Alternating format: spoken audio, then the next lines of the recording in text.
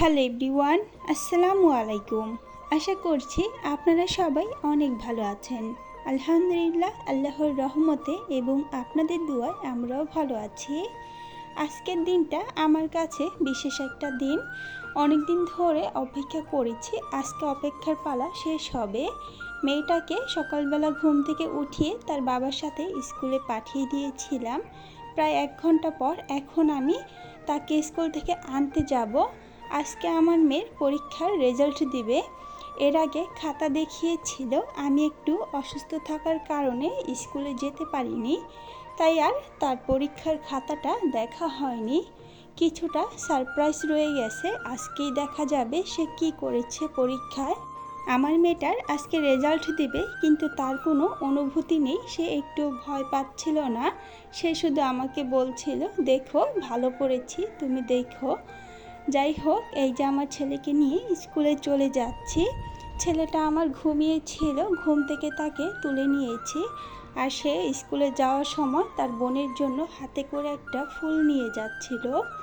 এই যে স্কুলে আমরা চলে এসেছি। আসার পর তাদের ছুটি দেওয়ার এখনও কিছুটা সময় বাকি রয়েছে। আমি একটু আগেই চলে এসেছিলাম।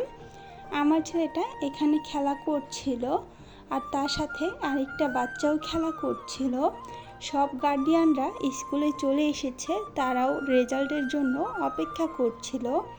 এখানে একটা বিড়াল চলে আসলো, আর আমার ছেলে তো বিড়াল দেখে মহা খুশি, কিন্তু বিড়ালটা দৌড় দিয়ে চলে গেল। কিছুক্ষণের মধ্যেই রেজাল্ট কার্ড দিয়ে দিবে। সব টিচাররা রেজাল্ট নিয়ে বের হয়ে পড়েছে, গার্ডিয়ানদের ডেকে নিল। সব গার্ডিয়ানরা সেখানে চলে গেছে। আর আমার মেয়েটার তো কোনো অনুভূতিই ছিল না, সে একপাশে দাঁড়িয়ে রয়েছে। আসলে আমরা মায়েরা আমাদের সন্তানের কাছ থেকে ভালো কিছু আশা করি, আর আমাদের সবটুকু দিয়ে চেষ্টা করি সন্তানকে ভালো কিছু দিতে। আমিও আমার মেয়ের কাছ থেকে ভালো কিছু আশা করেছিলাম, কারণ আমার সবটুকু দিয়ে আমি চেষ্টা করেছি আমার মেয়ের রেজাল্টটা ভালো হওয়ার জন্য। আল্লাহ ভরসা। তো চলুন দেখি সে রেজাল্টে কি করেছে। মাশাআল্লাহ, স্যার যখন রেজাল্ট কার্ড হাতে নিল তখনই আমার মেয়ের নাম ডেকেছে। আমার মেয়েটা আজকে তার ক্লাসে ফার্স্ট হয়েছে। আমি তো অনেক খুশি। সন্তানের কাছে মায়েরা এতটুকুই আশা করে। আমার মেয়েটার জন্য সবাই দোয়া করে দেবেন, আমার মেয়েটা যেন পড়ালেখায় মনোযোগী হতে পারে। আমার মেয়েটা মাশাআল্লাহ অনেক লক্ষ্মী, আমার সব কথাই শোনে। আর আমার ছেলেটা আমার মেয়েটাকে অনেক বিরক্ত করে, তাকে তার পড়ালেখাটাও ঠিকমতো করতে দেয় না। যাই হোক, আমি তো আজকে অনেক খুশি মনে বাসায় চলে আসলাম। আসার পথে তাদের দোকান থেকে কিছু কেনাকাটা করে দিয়েছি। তারাও তাদের খাবারগুলো খুশি মনে খেয়ে নিচ্ছিল। আমার ছেলে মেয়ে দুজনেরই একটা ভালো দিক আছে, তারা যে কোনো খাবার শেয়ার করে খায়। তাদেরকে আমার বলতেও হয় না যে তুমি তোমার আপুকে দাও, বা আমার মেয়েকে বলতে হয় না তুমি তোমার ভাইয়াকে দাও। তারা সব সময়ই এক জিনিস থাকলে সেটা মিলেমিশে দুজনে একসাথেই খেয়ে থাকে। তারা তাদের খাবারগুলো খাচ্ছিল, এইদিকে আমি আমার টুকিটাকি কাজগুলোকে শেষ করে নিচ্ছিলাম।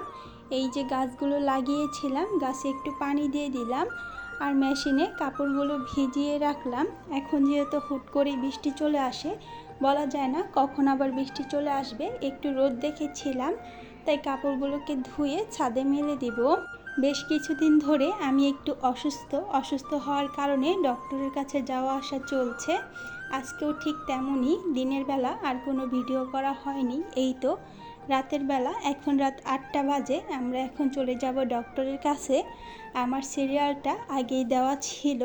আমার মেয়েটাকে রেডি করে দিয়েছি, আমিও রেডি হয়ে গেছি। এখন আমার ছেলেটাকে তার জামা কাপড় পরিয়ে দেব।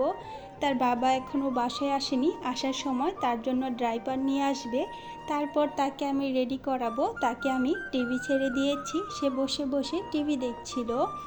এই তো আমরা ডাক্তারের কাছে চলে গিয়েছিলাম, গিয়ে ডক্টরও দেখানো শেষ। আসার পথে ফুচকা খেতে বসে পড়লাম।